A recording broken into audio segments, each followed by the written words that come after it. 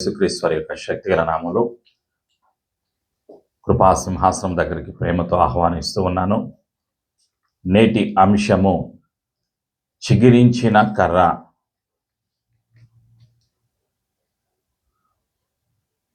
నేటి వాగ్దానము.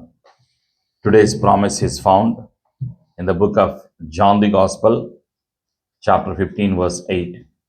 యోహాను సువార్త 15వ అధ్యాయము 8వ వచనాన్ని వాగ్దానంగా పరిశుద్ధాత్ముడు అనుగ్రహిస్తూ ఉన్నాడు. మీరు బహుగా ఫలించుట వలన నా తండ్రి మహిమపరచబడును, ఇందువలన మీరు నా శిష్యులగుదురు. ఆమేన్. ప్రార్థన. యేసు రక్తము ద్వారా తండ్రి నీ సన్నిధికి వస్తున్నా. వాగ్దానంలో ఉన్న ప్రతి ఆశీర్వాదాన్ని విశ్వసించిన ప్రతి ఒక్కరిలో నీవు నెరవేరుస్తున్నందుకు నీకు వందనాలు. ఈరోజు నీవు సిద్ధపరిచినటువంటి వాక్యపుణ్ణి వినటానికి, వినగలిగేటువంటి చెవులను, గ్రహించటానికి, అర్థం చేసుకుని వాక్యానికి లోబడే జీవితాన్ని పరిశుద్ధాత్ముడా నీవు మాకు అనుగ్రహిస్తున్నందుకు నీకు వందనాలు. మా ఆత్మీయ నేత్రాలు తెరిచి సర్వసత్యములోకి నడిపిస్తున్నందుకు, జీవములోకి నడిపిస్తున్నందుకు నీకు వందనాలు. ప్రతి ఆటంకాన్ని, ప్రతి అనుమానాన్ని, చీకటి అధికారాన్ని ఈ స్థలం నుండి మా జీవితాల నుండి యేసు ప్రభు నామములో దూరపరుస్తున్నాం. యేసు రక్తంలో ఈ స్థలాన్ని మా జీవితాలను ముద్రిస్తూ యేసు ప్రభుని ఒప్పుకొనుచు నేటి వాక్యపు ఆశీర్వాదము కొరకు, అభిషేకము కొరకు యేసు నామములో సిద్ధపరచున్నాము తండ్రి. ఆమేన్. ప్రియమైనటువంటి సంఘమా, వాగ్దానంలో ఉన్నటువంటి సత్యం ఏమిటి అంటే, ప్రభు అయినటువంటి యేసు క్రీస్తు వారు ఈ లోకములో నివసించినటువంటి కాలములో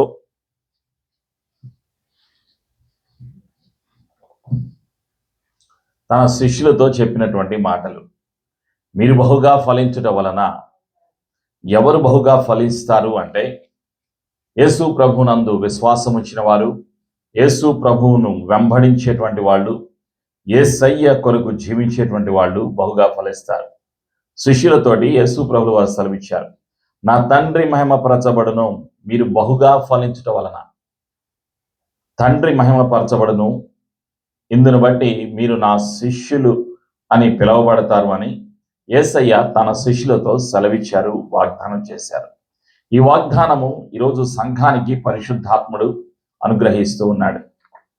ఈరోజు పరిశుద్ధాత్ముడు గుర్తు చేస్తున్నటువంటి సత్యం ఏమిటి అంటే, సంఖ్యాకాండంలో 17వ అధ్యాయం, the book of numbers, chapter 17. ఈ అధ్యాయంలో 13 వచనాలు ఉన్నాయి. ఈ 13 వచనాల్లో ఉన్నటువంటి సత్యాలను పరిశుద్ధాత్ముడు మనకి తెలియచేస్తూ ఉన్నాడు. ఇక్కడ జరిగినటువంటి సంఘటన ఏమిటి అంటే, ఇజ్రాయేలీలు ఐగుప్తు చెర నుండి, బానిసత్వము నుండి బయటికి వచ్చిన తరువాత, ప్రత్యక్ష గుడారము కట్టుకున్న తరువాత, దేవుడు సెలవిచ్చిన రీతిగా ప్రత్యక్ష గుడారము కట్టుకున్న తర్వాత, దేవుడు ప్రత్యక్ష గుడారములో ప్రవేశిస్తూ ఉంటాడు. తన సన్నిధిని పంపించి వాళ్ళతో మాట్లాడుతూ ఉంటాడు. తండ్రి తన స్వరాన్ని, తన చిత్తాన్ని, తన ప్రణాళికను వినిపిస్తూ ఉంటాడు. అయితే ఇజ్రాయేలీల్లో ఈ యొక్క 12 గోత్రాల నాయకుల మధ్యలో అసూయ వచ్చింది. ఈ ఇజ్రాయేలులలో కలిగినటువంటి సమస్యలు ఏమిటి అంటే, నేను గొప్ప, నేను గొప్ప అనేటువంటి పోటీ ఏర్పడింది. ఎవరి మధ్యలో? నాయకుల మధ్యలో. 12 గోత్రాల నాయకుల మధ్యలో పోటీ ఏర్పడింది. వాళ్ళల్లో స్వార్థం ఏర్పడింది. ఇక ఇజ్రాయిల్ పరిస్థితి ఎలా ఉన్నది అంటే, వాళ్ళందరూ కూడా సణుగుకుంటూ ఉన్నారు నాయకుల మీద. ఎవరి మీద? మోషే మీద సణుక్కుంటూ ఉన్నారు, నిందలు వేస్తూ ఉన్నారు, అనేక రకాలుగా వాళ్ళకు వ్యతిరేకంగా మాట్లాడుతూ ఉన్నారు. వాళ్ళు అనేక రకాలుగా మాట్లాడటం దేవునికి వినిపించింది. అప్పుడు తండ్రి ఏం చేశాడంటే, మోషే ఇలా రా అన్నాడు. అప్పుడు మోషే తండ్రి సన్నిధికి వెళ్ళాడు. అప్పుడు మోషేతో తండ్రి ఏమని సెలవిచ్చాడంటే, ఈ యొక్క ప్రతి ఒక్క గోత్రము నుండి, ఒక్కొక్క గోత్రము నుండి ఒక్కొక్క కర్రను తీసుకొనిరా, 12 కర్రలు తీసుకొనిరా. అయితే ప్రత్యేకంగా లేవి గోత్రంలో నుంచి లేవి కర్ర మీద అహరోను పేరు రాయాలి నీవు. ప్రతి గోత్రం పైన వాళ్ళ యొక్క గోత్రము పేరు రాయాలి. అయితే లేవి గోత్రం యొక్క కర్ర పైన అహరోను పేరు నువ్వు రాయాలి అని దేవుడు సెలవిచ్చాడు. సంఖ్యాకాండంలో 17వ అధ్యాయంలో 3వ వచనంలో ఆ సత్యాన్ని చూస్తాం. 2వ వచనం చదువుతున్నాను. నీవు ఇజ్రాయేలులతో మాట్లాడి వారి యొద్ద ఒక్కొక్క పితరుల కుటుంబమునకు ఒక్కొక్క కర్రగా, అనగా వారి ప్రధానులందరి యొద్ద వారి వారి పితరుల కుటుంబముల చొప్పున 12 కర్రలను తీసుకొని ఎవరి కర్ర మీద వారి పేరు రాయుము. లేవి కర్ర మీద అహరోను పేరు రాయవలెను అని దేవుడు సెలవిచ్చాడు. ఎవరికి చెప్పాడు? మోషేకి చెప్పాడు. మోషేకి దేవుడు సెలవిచ్చిన రీతిగా 12 కర్రలు తీసుకొని వచ్చి ఈ యొక్క ప్రత్యక్ష గుడారంలో దేవుని యొక్క సన్నిధిలో పెట్టారు. పెట్టి వాళ్ళు బయటకు వచ్చేసారు. తర్వాత మోషే కూడా బయటకు వచ్చాడు. ఎవరు సెలవిచ్చాడంటే ఈ యొక్క 12 కర్రల్లో ఎవరి కర్ర అయితే చిగురిస్తుందో అది ఎన్నుకోబడింది. ఆ యొక్క కర్ర ఎన్నుకోబడింది. అంటే ఆ వ్యక్తి ఎన్నుకోబడ్డాడు. దేని కొరకు? ఈ యొక్క ప్రత్యక్ష గుడారములో యాజకుని యొక్క పని చేయటానికి ఎన్నుకోబడ్డాడు అని దేవుడు సెలవిస్తాడు. సరే, ఇప్పుడు ఆ 12 గోత్రాలకు సంబంధించిన 12 కర్రలను లోపల పెట్టారు. పెట్టిన తర్వాత 6వ వచనం, కాబట్టి మోషే ఇజ్రాయేలుతో చెప్పగా వారి ప్రధానులందరూ తమ తమ పితరుల కుటుంబములలో ఒక్కొక్క ప్రధానికి ఒక్కొక్క కర్ర చొప్పున 12 కర్రలను అతనికి ఇచ్చిరి. అహరోను కర్రయు వారి కర్రల మధ్య నుండెను. మోషే వారి కర్రలను సాక్ష్యపు గుడారంలో యెహోవా సన్నిధిని ఉంచెను. దేవుడు యొక్క సన్నిధిలో ఉంచారు. అయితే తెల్లవారిన తర్వాత 2వ రోజున ఎవరి కర్రకైతే చిగురు పుడుతుందో అది ఎన్నుకోబడిన కర్ర. ఆ వ్యక్తి ప్రత్యేకించబడినటువంటి వ్యక్తి అని దేవుడు ముందుగానే సెలవిచ్చారు. ఎవరితో సెలవిచ్చారు? మోషేతో దేవుడు సెలవిచ్చాడు. అప్పుడు ఆ రాత్రంతా గడిచింది. తెల్లవారిన తర్వాత ఆ దేవుని యొక్క సన్నిధికి మోషే వెళ్ళాడు. 8వ వచనం, మరునాడు మోషే సాక్ష్యపు గుడారములోనికి వెళ్ళి చూడగా లేవి కుటుంబపుదైన అహరోను కర్ర చిగిర్చి ఉండెను. అహరోను యొక్క కర్ర చిగిరిచ్చింది. అంతేకాదు, అది చిగిర్చి పువ్వులు పూసి బాదము పండ్లు గలదాయను. ఆలోచన చేయండి. ఒక్క రాత్రిలోనే అద్భుతం జరిగింది. సహజంగా ఒక కర్ర మీరు తీసుకున్నట్లయితే కర్రకు చిగురు రావటం ఏంటి? ఆలోచన చేయండి. కర్రకు చిగురు రావటం, పువ్వులు పూయటం, పూత పూయటం, కాయలు కాయటం, ఇవన్నీ మనం ఎక్కడ మనం చూసి ఉండం. మన కళ్ళతో, భౌతికమైన కళ్ళతో మనం చూస్తే, ఆలోచన చేస్తే ఇది మనకు అర్థం కాదు. కానీ ఇక్కడ మనిషికి అర్థం కానిది, తెలియనిటువంటి కార్యాలు ఇక్కడ మనం చూస్తున్నాం. దేవుని యొక్క సన్నిధిలో ప్రియమైనటువంటి సంగమా, దేవునికి సమస్తము సాధ్యమే అన్న సత్యాన్ని మనం గుర్తుపెట్టుకోవాలి. ఇక్కడ ఎవరు ఎన్నుకోబడ్డారు? అహరోను ఎన్నుకోబడ్డాడు. ఏ పని చేయటానికి? యాజకుని యొక్క పని చేయటానికి. లేవీలందరూ కూడా ప్రత్యక్ష గుడారములో పని చేయటానికి వాళ్ళు ఉన్నారు. ప్రియమైనటువంటి సంగమా, అయితే ఈ యొక్క లేవి కుటుంబానికి ఒక్కరికి మాత్రమే స్థలాలు పంచి ఇవ్వలేదు మోషే. ఎవరు? ఈ యొక్క మనం చూస్తాం పరిశుద్ధ గ్రంథంలో ఆఖరి పేజీలో మనం చూస్తాం. ఈ యొక్క 12 గోత్రాల యొక్క పేర్లు మనం చూస్తాం. వాళ్ళ యొక్క పేర్లు రూబేను, షిమ్యోను, యూదా, జబూలును, ఇస్సాకారు, దాను, గాదు, అషేరు, నఫ్తాలి, ఎఫ్రాయిము, మనష్షే, బెన్యామీను. వీళ్ళు 12 మంది గోత్రాలు. అయితే ఈ 12 మందిలో నుంచి లేవీని ప్రక్కన పెడతారు. ఎందుకు అంటే ఆ లేవీ స్థానంలో యోసేపు వెళ్తాడు. యోసేపు కలిగినటువంటి 2 కుమారులు మనష్షే, బెన్యామీను. వాళ్ళిద్దరికీ కూడా భూమిలో భాగాలు వస్తాయి, మిగిలిన వారికి భాగాలు వస్తాయి. అయితే లేవి కుటుంబానికి వ్యవసాయం చేసుకోవటానికి భూమి పంచి ఇవ్వలేదు. మరి వీళ్ళకి ఆదాయం ఏమిటి?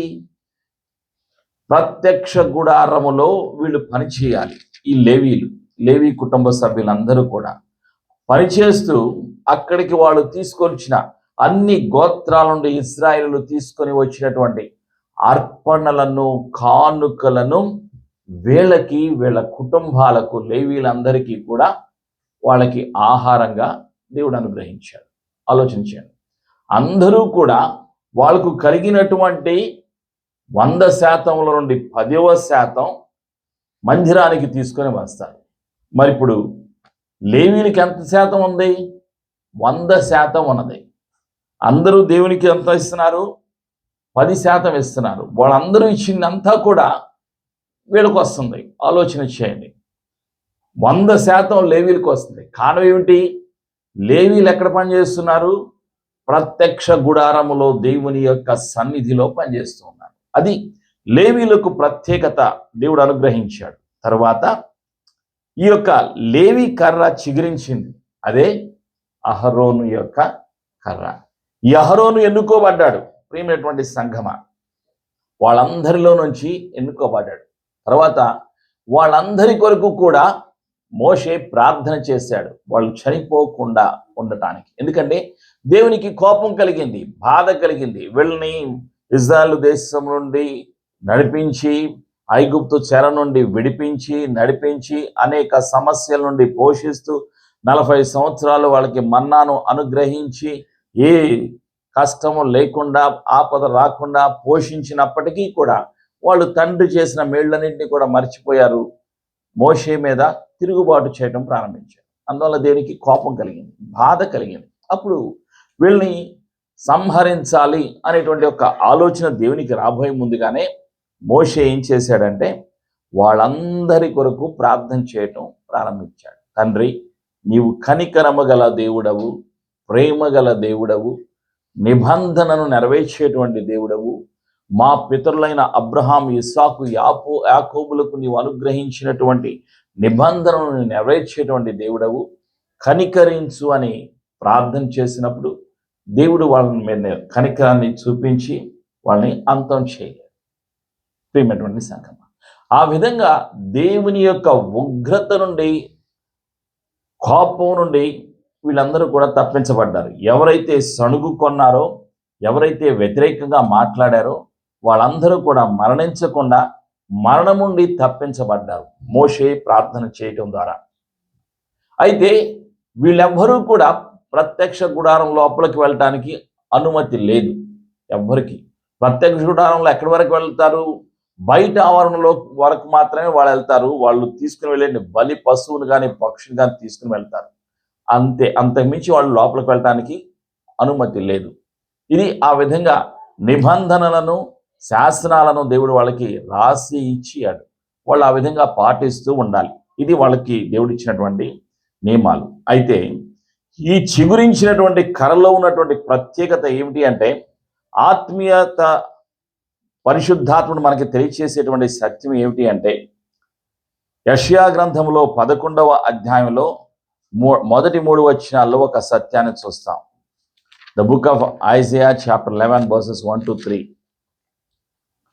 యెషయా గ్రంథము 11వ అధ్యాయం మొదటి 3 వచనాలు. యెషయి మొద్దు నుండి చిగురు పుట్టును, వాని వేరుల నుండి అంకురము ఎదిగి ఫలించును. యెహోవా ఆత్మ జ్ఞాన వివేకములకు ఆధారమగు ఆత్మ, ఆలోచన బలములకు ఆధారమగు ఆత్మ, తెలివిని యెహోవా ఎడల భయభక్తులను పుట్టించు ఆత్మ అతని మీద నిలుచును. ఈ యొక్క అహరోని యొక్క కర్ర ఎవరికి గుర్తుగా ఉన్నది అంటే, యేసు ప్రభుల వారికి గుర్తుగా ఉన్నది. ప్రియమైనటువంటి సంఘమా, యేసు ప్రభుల వారు చిగురు మొద్దు నుండి వచ్చింది. యెషయి మొద్దు నుండి చిగురు పుట్టెను. యేసు ప్రభుల వారు ఎక్కడి నుంచి వచ్చారు? పరలోకం నుండి భూలోకానికి దిగి వచ్చినటువంటి దేవుడు దేవుని యొక్క కుమారుడు. ఆ చిగురు ప్రియమైనటువంటి సంఘమా, యేసయ్య అనుగ్రహించినటువంటి కృప, యేసయ్య అనుగ్రహించినటువంటి రక్షణ. ప్రియమైనటువంటి సంఘమా, ఆ యొక్క చిగురు పుట్టమే కాకుండా పువ్వులు, బాదము పండ్లు. ఆలోచన చేయండి. ఎవరైతే యేసయ్యను కలిగి ఉంటారో వాళ్ళకి ఏం కలుగుతుంది? వాళ్ళ ఆత్మీయ జీవితాలు బహుగా ఫలిస్తాయి. వాళ్ళ జీవితాల్లో ఏముంటుంది? పళ్ళు ఉంటాయి. పంట ఉండాలి అంటే ఎవరు ఫలింపచేస్తారు? పరిశుద్ధాత్ముడు ఆత్మీయ జీవితాన్ని ఫలింపచేస్తాడు. విశ్వాసము నుండి విశ్వాసములోకి, దేవుని యొక్క జ్ఞానములోకి, కృపలోకి, ఆశీర్వాదములోకి, కృపావరముల్లోకి పరిశుద్ధాత్ముడే నడిపిస్తూ ఉంటాడు, సహాయం దయచేస్తూ ఉంటాడు. కాబట్టి ఏ విధంగా ఉంటుంది మన జీవితం? చిగురు కలిగిన, పువ్వులు కలిగిన, పండ్లు కలిగినటువంటి, జీవము కలిగినటువంటి జీవ వృక్షాల వలె మన జీవితాలు ఉంటాయి. అందుకు గుర్తుగా పరిశుద్ధాత్ముడు తెలియచేస్తూ ఉన్నాడు. ప్రియమైనటువంటి సంఘమా, ఇంకా మనకి పరిశుద్ధాత్ముడు గుర్తు చేస్తున్నటువంటి సత్యం ఇర్మియా గ్రంథములో 23వ అధ్యాయం, the book of Jeremiah chapter 23, the book of Jeremiah chapter 23, 5-6 వచనాలు. యెహోవా ఇలాగూ ఆజ్ఞయించుచున్నాడు, రాబో దినములలో నేను దావీదునకు నీతి చిగురును పుట్టించెదను. అతడు రాజై పరిపాలన చేయును. అతడు వివేకముగా నడుచుకొనుచు కార్యము జరిగించును. భూమి మీద నీతి న్యాయములను జరిగించును. అతని దినములలో యూదా రక్షణ నొందును. ఇజ్రాయేలు నిర్భయముగా నివసించును. యెహోవా మనకు నీతి అని అతనికి పేరు పెట్టుదురు. ఆయనే యేసు ప్రభుల వారు. యేసు ప్రభుల వారు పరిపాలన చేస్తారు భూమి మీద. 1000 సంవత్సరాల పరిపాలన ఎలా ఉంటుంది అంటే నీతితో, న్యాయముతో ప్రభువైన యేసు క్రీస్తు వారు పరిపాలన చేస్తారు. అయితే తండ్రికి ఇవ్వబడినటువంటి పేరు యెహోవా మనకు నీతి అని అతనికి పేరు పెట్టుదురు. ప్రియమైనటువంటి సంఘమా, 33వ అధ్యాయంలో ఇర్మియా గ్రంథం 33:15 నుంచి కూడా ఒక సత్యాన్ని పరిశుద్ధాత్ముడు గుర్తు చేస్తూ ఉన్నాడు. The book of Jeremiah chapter 33 versus 15, 16, 17, 15, 16, 17 వచనాల్లో, ఆ దినములలో ఆ కాలమందే నేను దావీదునకు నీతి చిగురును మొలిపించెదను. అతడు భూమి మీద నీతి న్యాయములను అనుసరించి జరిగించును. ఆ దినములలో యూదావారు రక్షింపబడుదురు. యెరూషలేము నివాసులు సురక్షితముగా నివసింతురు. యెహోవాయే మనకు నీతి అని యెరూషలేమునకు పేరు పెట్టబడును. యెహోవా ఇలాగు సెలవిచ్చుచున్నాడు, ఇజ్రాయేలు వారి సింహాసనం మీద కూర్చుండువాడొకడు దావీదునకు ఉండకుండా మానడు. ఆమేన్. యేసు ప్రభుల వారు యెరూషలేము నుండి పరిపాలన ప్రారంభిస్తారు. ప్రియమైనటువంటి సంఘమా, ఆ 1000 ఏళ్ల పరిపాలనలో అనేక మంది ఇంకా యూదులు రక్షణ పొందుకుంటారు.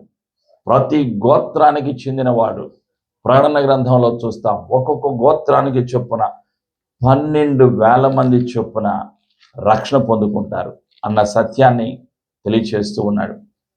ప్రకటన గ్రంథంలో 11వ అధ్యాయంలో మనం చూసినప్పుడు అక్కడ మనం చూస్తాం రక్షణ పొందుకునేటువంటి వారి యొక్క గుంపు. మరియు ఒకడు చేతికర్ర వంటి కొలకర్ర నాకిచ్చి, నీవు లేచి దేవుని ఆలయమును బలిపీఠమును కొలత కోసి ఆలయములో పూజించువు అని లెక్క పెట్టుము. ఆలయమునకు వెలుపటి ఆవరణంలో కొలత వేయగా విడిచిపెట్టుము. అది అన్యజనులకు ఇవ్వబడింది. వారు 42 నెలలు పరిశుద్ధ పట్టణము కాలితో త్రొక్కుదురు. నేను నా 2 సాక్షులను అధికారము ఇచ్చేదను. వారు గోనె పట్ట ధరించుకొని 1260 దినములు ప్రవచించుదురు. వీరు భూలోకమునకు భూమి పైన ఉన్న వాని ఎదుటను నిలుచుచున్న 2 ఒలీవ చెట్లను దీపస్తంభములనై ఉన్నారు. ప్రియమైనటువంటి సంఘమా, వాళ్ళ గురించి తెలియచేస్తూ ఉన్నాడు. ఎవరు? 2 వస్తారు ప్రవక్తలు వస్తారు. వాళ్ళు వచ్చి రక్షణ సువార్తను ప్రకటిస్తారు. అప్పుడు ఎంతమంది రక్షణ పొందుకుంటారు? ప్రకటన గ్రంథంలో 7వ అధ్యాయంలో 4వ వచనంలో మనం చూస్తాం. The book of revelation chapter 7 verse 4. మరియు ముద్రింపబడిన వారి లెక్క చెప్పగా వింటిని, ఇజ్రాయిల్ల గోత్రములన్నిటిలో ముద్రింపబడిన వారు 1,44,000 మంది. యూదా గోత్రంలో ముద్రింపబడిన వారు 12,000 మంది, రూబేను గోత్రంలో 12,000 మంది, గాదు గోత్రంలో 12,000 మంది, ఆషేరు గోత్రంలో 12,000 మంది, నఫ్తాలి గోత్రంలో 12,000 మంది, మనషే గోత్రంలో 12,000 మంది, షిమ్యోను గోత్రంలో 12,000 మంది, లేవి గోత్రంలో 12,000 మంది, ఇస్సాకారు గోత్రంలో 12,000 మంది, జబూలును గోత్రంలో 12,000 మంది, యోసేపు గోత్రంలో 12,000 మంది, బెన్యామీను గోత్రంలో 12,000 మంది ముద్రింపబడిరి. ఈ విధంగా 1,44,000 మంది ఈ 1000 ఏళ్ల పరిపాలనలో రక్షణ పొందుకుంటారు. మనం చూసాం కదా, ఇర్మియా గ్రంథంలో చూసాం, 23వ అధ్యాయంలో 5-6 వచనాల్లో చూసాం. అక్కడ యూదా గోత్రము రక్షణ పొందుకుంటారు అని వ్రాయబడి ఉంది. 33వ అధ్యాయంలో మనం చూసాం, అక్కడ దావీదు ఆ దినములలో ఆ కాలమందే నేను దావీదునకు నీతి చిగురును మొలిపించేదను, అతడు భూమి మీద నీతి న్యాయములను అనుసరించి జరిగించును, ఆ దినములలో యూదావారు రక్షింపబడుదురు. ఇజ్రాయిలీలు రక్షించబడతారు. మెస్సియా ఎవరో తెలుసుకోగలుగుతారు, రక్షణ పొందుకుంటారు. ఈ విధంగా ప్రవచనాలు నెరవేరుతూ ఉన్నాయి. దేవుని యొక్క ప్రవచనాల యొక్క నెరవేర్పు కాలములో మనము నివసిస్తూ ఉన్నాం. ఇప్పుడు సంఘం యొక్క బాధ్యత ఏమిటి అంటే, ఆ ప్రవచనాలు మన జీవితాల్లో నెరవేరుతున్నాయి కాబట్టి మనము ఫలించాలి. మనము యేసయ్యలో ఫలించాలి, పరిశుద్ధాత్మలో ఫలించాలి, ఆత్మీయ జీవితంలో ఫలించాలి. మనము ఫలము కలిగి భూలోకములో జీవించాలి అన్నది దేవుని యొక్క సంకల్పం. అదే సత్యాన్ని పరిశుద్ధాత్ముడు గుర్తు చేస్తూ ఉన్నాడు. మీరు బహుగా ఫలించటం వలన నా తండ్రి మహిమపరచబడును, ఇందువలన మీరు నా శిష్యులగుదురు. యేసయ్య కృప మనందరికీ సదా తోడైనను గాక. ఆమేన్. ప్రార్థన చేసుకుందాం. పరిశుద్ధాత్ముడా, నీకు వందనాలయ్యా. ప్రతి ఒక్క విశ్వాసి కూడా చిగురు కలిగినటువంటి కర్రలాగా, పువ్వులు కలిగినటువంటి కర్రల్లాగా, బాదము పండ్లు కలిగినటువంటి కర్రల్లాగా, ఆత్మీయ జీవితంలో కృపా వరములు కలిగిన విశ్వాసిగా జీవించటానికి పరిశుద్ధాత్ముడ నీవే సహాయము దయచేస్తున్నందుకు వందనాలు. మేము ఫలించాలి అంటే నీవే మాలోకి వస్తే మేము ఫలిస్తాం. యేసయ్య మాలో ఉంటే మేము బహుగా ఫలిస్తాం. యేసు ప్రభువా, నీవు ఉన్న స్థలములో ఫలము ఉంటుంది. పరిశుద్ధాత్ముడా, నీవు మమ్మల్ని నడిపించే స్థలములో మేము ఎక్కడైతే ఉంటామో అక్కడ మాకు ఫలము ఉంటుంది అని మేము నమ్ముతున్నాము.